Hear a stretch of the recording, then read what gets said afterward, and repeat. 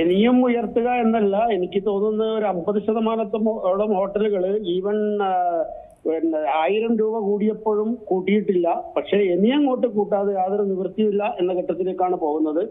LPGയുടെ 40 രൂപ കൂടിയതല്ല, അതിലും കൂടുതൽ പ്രശ്നം ഉണ്ടായിരിക്കുന്നത് 3-4 തവണയായിട്ട് പെട്രോളിയം ഉൽപ്പന്നങ്ങളുടെ വിലവർദ്ധനവ് കാരണം മറ്റ് മാർക്കറ്റിൽ നമുക്ക് ലഭ്യമാകുന്ന ഒരു പരിധിവരെ എല്ലാ പച്ചക്കറി സാധനങ്ങളും ഇന്ന് മുതൽ പാലിന്റെ വില കൂടുകയാണ്.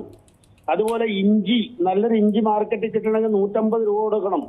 തക്കാളി 60 രൂപയിലേക്ക് പോയി കഴിഞ്ഞു ഇന്നത്തെ മാർക്കറ്റ്. മുളക് 60ന്റെ മുകളിൽ, അതായത് ഒരു കൂടിയതും കുറഞ്ഞതിന് 60ന്റെ മേളിലേക്ക് പോയി കഴിഞ്ഞു. വെളുത്തുള്ളി 180 രൂപയുടെ മുകളിൽ പോയി കഴിഞ്ഞു. ഇങ്ങനെ ഓരോ സാധനങ്ങൾക്കും വില വർദ്ധിച്ചു വരികയാണ്. ഇനിയൊന്നും അങ്ങോട്ട് ഞങ്ങളെ സംബന്ധിച്ച് ഞങ്ങൾക്ക് പിടിച്ചു നിർത്താൻ പറ്റില്ല. കാര്യം വില ഇനിയും ഞങ്ങൾ കൺട്രോൾ ചെയ്താൽ ഞങ്ങൾ ഈ മേഖല തന്നെ എന്നേക്കുമായി അടഞ്ഞു പോകുന്ന ഒരു ഘട്ടത്തിലേക്ക് എത്തിക്കൊണ്ടിരിക്കുകയാണ്. അപ്പൊ അതുകൊണ്ട് വില വർധനമല്ലാതെ വേറെ ഒരു മാർഗവും ഇല്ല. നമുക്കറിയാം, കുറച്ചു ദിവസം കഴിയുമ്പോൾ ഈ നമ്മുടെ ടാക്സി, ബസ് അങ്ങനെയുള്ള അവരും അവരുടെ ചാർജ് വർധന ആവശ്യപ്പെടും. കാര്യം സ്വാഭാവികമായും ഞങ്ങളെ സംബന്ധിച്ച് ഇനി പിടിച്ചു നിൽക്കുക എന്ന് പറഞ്ഞാൽ, അതായത് പഴയ വിലക്ക് പിടിച്ചു നിൽക്കുക എന്ന് പറഞ്ഞാൽ ബുദ്ധിമുട്ടാണ് എന്നുള്ളതിൽ യാതൊരു സംശയവുമില്ല. പിന്നെ വേറൊരു കാര്യം ഞാൻ പ്രത്യേകം എടുത്തു പറയാണ്, ഇവിടെ ചായക്ക് 2-3 രൂപ വർദ്ധിക്കുക, അതല്ലെങ്കിൽ ഏതെങ്കിലും ഹോട്ടൽ ഉൽപ്പന്നങ്ങൾക്ക് വില വർദ്ധിക്കുമ്പോൾ ഒരുപാട് സംഘടനകൾ അതിനെതിരെ രംഗത്ത് വരുന്നുണ്ട്. പക്ഷെ അത്തരം സംഘടനകൾ ഇത്തരം ഈ മറ്റുള്ള വിലവർദ്ധനവിനെതിരെ ഒന്നും പ്രതികരിക്കുന്നില്ല എന്നുള്ളതാണ് യാഥാർത്ഥ്യം. ആ പ്രതികരണം കൂടി ഞങ്ങൾ പ്രതീക്ഷിക്കുന്നു. കാരണം ഞങ്ങളുടെ കൂടെ പൊതുജനം വേണം. കാര്യം പൊതുജനങ്ങളുടെ റെപ്രസെന്റേറ്റീവായിട്ടാണ് ഞങ്ങൾ ഇതിപ്പോൾ പ്രതികരിക്കുന്നത്. തീർച്ചയായും പൊതുജനങ്ങളിലേക്കാണ് ഈ ഭാരം എത്തുന്നത് എന്നുള്ളത് എല്ലാവരും മനസ്സിലാക്കണം എന്നുള്ളതാണ് എനിക്ക് വിനീതമായി ഈ അവസരത്തിൽ അഭ്യർത്ഥിക്കാനുള്ളത്. ഈ വില വർദ്ധിപ്പിച്ചാൽ താങ്കൾ പറഞ്ഞതുപോലെ തന്നെ വലിയ പ്രതിസന്ധിയിലേക്ക് തന്നെയാണ് പോകുന്നത്. ഇനിയും ഭക്ഷണത്തിന് കൂടി വില കൂട്ടേണ്ട സ്ഥിതി ഉണ്ടാകുമെന്നുള്ള ഒരു ഉറപ്പാണ്. ഓരോ സാധനങ്ങൾക്കും ഇങ്ങനെ വില കൂട്ടുമ്പോൾ അതിൻ്റെ അനുസരിച്ച് തന്നെ ഈ വില വർദ്ധിപ്പിക്കുക എന്നുള്ളത് സ്വാഭാവികം തന്നെയാണ്. പക്ഷെ ഒരു കാര്യമുള്ളത്, ഈ ഒരുപാട് ആളുകളാണ് നമുക്കറിയുന്ന പോലെ ഈ ഹോട്ടൽ ഭക്ഷണം മാത്രം ആശ്രയിച്ച് നിൽക്കുന്നത്. രാവിലെയും ഉച്ചയ്ക്കും ഒക്കെ ഹോട്ടലിൽ നിന്ന് തന്നെ ഭക്ഷണം കഴിക്കുന്ന ഒരുപാട് ആളുകളുണ്ട്. അങ്ങനെ അത്തരക്കാരൊക്കെ ഇന്നത്തെ ദിവസം ഇങ്ങനെ വില വർദ്ധിപ്പിച്ചെങ്കിൽ പോലും ഈ ആളുകളൊക്കെ അങ്ങോട്ടേക്ക് എത്തുന്നുണ്ടല്ലോ അല്ലേ? അവർക്കൊക്കെ ഈ ഹോട്ടൽ ഭക്ഷണത്തെ തന്നെ ആശ്രയിക്കാതെ വേറെ വഴിയില്ലാത്ത ആളുകളും ഉണ്ടല്ലോ. അത്തരക്കാർക്ക് കൂടി ഏതെങ്കിലും തരത്തിൽ അല്ലെങ്കിൽ ഈ വില വർധനവിലേക്ക് വേഗം തന്നെ പോവേണ്ട ഒരു സ്ഥിതിയാണോ ഉള്ളത്?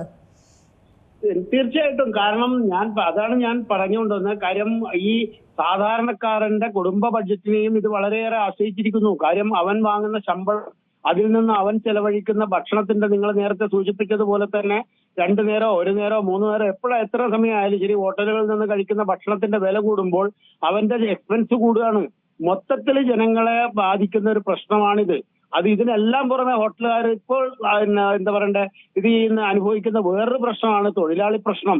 തൊഴിലാളി പ്രശ്നം എന്ന് പറഞ്ഞാൽ ഇതര സംസ്ഥാന തൊഴിലാളികൾ, അതായത് അതിഥി തൊഴിലാളികൾ ആരും തന്നെ പോയിട്ട് ഒരു 50% പോലും തിരിച്ചെത്തിയിട്ടില്ല എന്നുള്ളതാണ് യാഥാർത്ഥ്യം.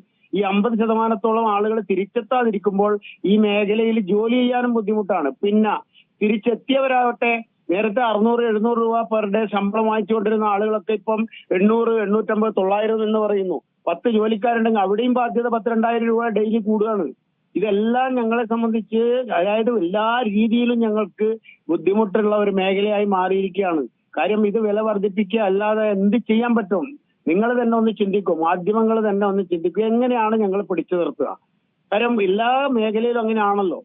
കാര്യം അതായത് നിങ്ങളുടെ റോ മെറ്റീരിയൽസിന്റെ വില ഇങ്ങനെ ക്രമാതീതമായിട്ട് എല്ലാ രീതിയിലും കൂടിക്കൊണ്ടിരിക്കുമ്പോൾ ഞങ്ങൾക്ക് എങ്ങനെ പിടിച്ചു നിർത്താൻ പറ്റും എന്നുള്ളതാണ് എനിക്ക് വളരെ ആശങ്കാജനകമായിട്ട് സൂചിപ്പിക്കാനുള്ളത്.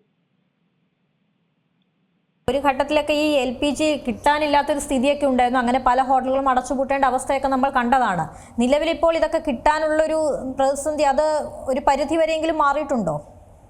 തീർച്ചയായിട്ടും അത് ഒരു പരിധി എന്നല്ല, ഏതാണ്ട് ഒരു 75%ഓളം ആ പ്രശ്നം സോൾവ് ആയിട്ടുണ്ട്. പിന്നെ മറ്റൊരു കാര്യം കൂടി എനിക്ക് പറയാനുള്ളത്, കാര്യം ഇന്റർനാഷണൽ മാർക്കറ്റിൽ ക്രൂഡ് ഓയിലിന്റെ വില $127 ആയപ്പോഴാണ് ഈ പറയപ്പെട്ട LPGയുടെ വില വർധനവും കാര്യങ്ങളും ഒക്കെ ഉണ്ടായത്. ഇപ്പൊ അത് 100ന്റെ താഴെ വന്നു കഴിഞ്ഞു. ഈ 100ന്റെ താഴെ വന്നിട്ടും വീണ്ടും കൂട്ടുകയാണ്. ഇത് എന്താണ് ഇതിന്റെ ഉദ്ദേശം? കാര്യം മറ്റുള്ള രീതിയിലുള്ള അവരുടെ നഷ്ടങ്ങളോ പെട്രോളിയം ഉൽപ്പന്നങ്ങളുടെ മറ്റു നഷ്ടങ്ങളോ ഒക്കെ കൂടി കൊണ്ടുവന്ന് ഈ കമേഴ്ഷ്യൽ ഗ്യാസിന്റെ മേളിൽ വെച്ച് ഞങ്ങളുടെ വിലക്ക് വെക്കുകയാണോ എന്ന് ഞങ്ങൾക്ക് തോന്നിപ്പോകുന്നു. കാരണം വേറെ എന്തെല്ലാം ഇതുണ്ട്. ഇങ്ങനെ ഈ LPGയുടെ, പ്രത്യേകിച്ച് കമേഴ്ഷ്യൽ LPGയുടെ വില ഇങ്ങനെ കൂട്ടിക്കൂട്ടി പോവുകയാണ്.